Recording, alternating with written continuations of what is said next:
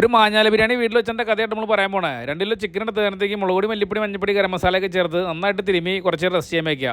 അപ്പോഴേക്കും നമുക്ക് നമ്മുടെ റൈസ് ഒന്ന് സെറ്റാക്കി എടുക്കാം കേട്ടോ. അടികട്ടിയുള്ളൊരു പാത്രം എടുത്തിട്ട് അതിനകത്തേക്ക് കുറച്ച് നെയ്യ് ഒഴിച്ചിട്ട് സ്പൈസസും കട്ട് ചെയ്ത നമ്മുടെ ഗാർലിക്കും സവാളയും ക്യാരറ്റും പച്ചമുളകും ഒക്കെ ഇട്ട് നന്നായിട്ട് വഴറ്റിയെടുക്കുക. നന്നായിട്ട് വഴറ്റി കുറച്ച് ഉപ്പും ചേർത്തിട്ട് വഴറ്റിയെടുക്കുക. എന്നിട്ട് 1 ഗ്ലാസ് അരിക്ക് 1.5 ഗ്ലാസ് വെള്ളം, അതാണ് അതിൻ്റെ കണക്ക് കേട്ടോ. ആ കണക്കിന് വെള്ളം ഒഴിച്ചിട്ട് കുറച്ച് ബേ ലീഫും ചേർത്ത് അടച്ചു വെച്ച് നന്നായിട്ട് തിളപ്പിക്കുക.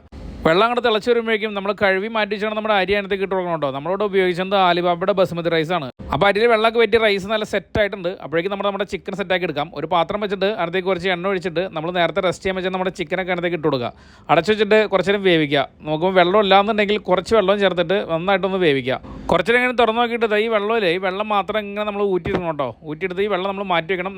പിന്നെ കുറച്ച് നേരം നമുക്ക് ആവശ്യമുള്ളതാണ്. ലേശം എണ്ണയോട് ചേർത്തിട്ട് ചിക്കൻ നന്നായിട്ടൊന്ന് ഡ്രൈ ആക്കി എടുക്കുക. അങ്ങനെ ഡ്രൈ ആയ ചിക്കൻ നമ്മൾ നേരെ എടുത്ത് മാറ്റി വെച്ചിട്ട് അതേ പാത്രത്തിൽ ലേശം എണ്ണയോട് ചേർത്തിട്ട് നമ്മൾ കുറച്ച് കറിവേപ്പില, അതേപോലെ തന്നെ ചോപ്പ് ചെയ്തേക്കുന്ന സവാള, പിന്നെ ഇഞ്ചി വെളുത്തുള്ളി പേസ്റ്റ് അങ്ങനെ നന്നായിട്ട് ഒന്ന് വഴറ്റിയെടുക്കുക. വഴറ്റി വരുമ്പോഴേക്കും പച്ചമുളകും തക്കാളിയും ചേർത്തിട്ട് വീണ്ടും വഴറ്റുക. അപ്പോൾ നമ്മുടെ സാധന സാമഗ്രികൾ നന്നായിട്ട് ഒന്ന് വഴറ്റി വരുമ്പോഴേക്കും അതിനകത്തേക്ക് കുറച്ച് ഉപ്പ്, അതേപോലെ തന്നെ നമ്മുടെ മസാലപ്പൊടികൾ, നേരത്തെ നമ്മൾ ചിക്കനിൽ മസാല ചേർത്തിട്ടുണ്ട്. അപ്പോൾ അതിനനുസരിച്ച് ഒന്ന് ചേർക്കാൻ വേണ്ടിയിട്ട് മുളക് പൊടി, മല്ലിപ്പൊടി, ഗരം മസാല, ഇത് തന്നെയാണ് നമ്മൾ എന്തും ചേർക്കുന്നത്. മസാല ഒന്ന് സെറ്റായിട്ട് വരുമ്പോഴേക്കും നേരത്തെ നമ്മൾ മാറ്റി വെച്ചാൽ നമ്മുടെ ആ ചിക്കനിൽ വേവിച്ച് വെള്ളമില്ലേ, ആ വെള്ളം അതിനകത്തേക്ക് ഒഴിച്ചു കൊടുക്കുക. ആ വെള്ളം ഒന്ന് തിളച്ച് വരുമ്പോഴേക്കും നമ്മുടെ ചിക്കൻ വീണ്ടും അതിനകത്തേക്ക് ഇട്ട് കൊടുക്കുക. നല്ല തിക്ക് ഗ്രേവി ആണ്, ഒരു വെള്ളം പറ്റിച്ചെടുത്തിട്ട് കുറച്ച് നാരങ്ങ നീര് ചേർക്കാം. പിന്നെ നമുക്ക് നമ്മുടെ റൈസ് ഒന്ന് ഗാർണിഷ് ചെയ്തെടുക്കാം. ചോപ്പ് ചെയ്ത് ചേർന്ന മല്ലിയിലയും പുതിനയിലയും പിന്നെ അതുപോലെ തന്നെ വറുത്തെടുത്ത കഷ്ണട്ടിപ്പരിപ്പും മുന്തിരിയും സവാളയും ഇതൊക്കെ ചേർത്ത് നന്നായിട്ട് ഗാർണിഷ് ചെയ്തെടുക്കുക. ഇതേപോലെ ഒരു കുഴിയൻ പാത്രം എടുത്തിട്ട് റൈസ് അതിനകത്തേക്ക് ഇതിങ്ങനെ കോരിയിട്ടിട്ട് ഒരു പ്ലേറ്റിലേക്ക് ഇതിങ്ങനെ അങ്ങോട്ട് തട്ടാം. അതിൻ്റെ മുകളിലേക്ക് കുറച്ച് കഷ്ണപ്പരിപ്പും സവാള വറുത്ത് കൊടുക്കുക. പിന്നെ ഒരു പപ്പടം വയ്ക്കുക. അതേപോലെ തന്നെ നമ്മുടെ ചിക്കനും പിന്നെ കുറച്ച് സലാഡ് ഇട്ട് കൊടുക്കുക.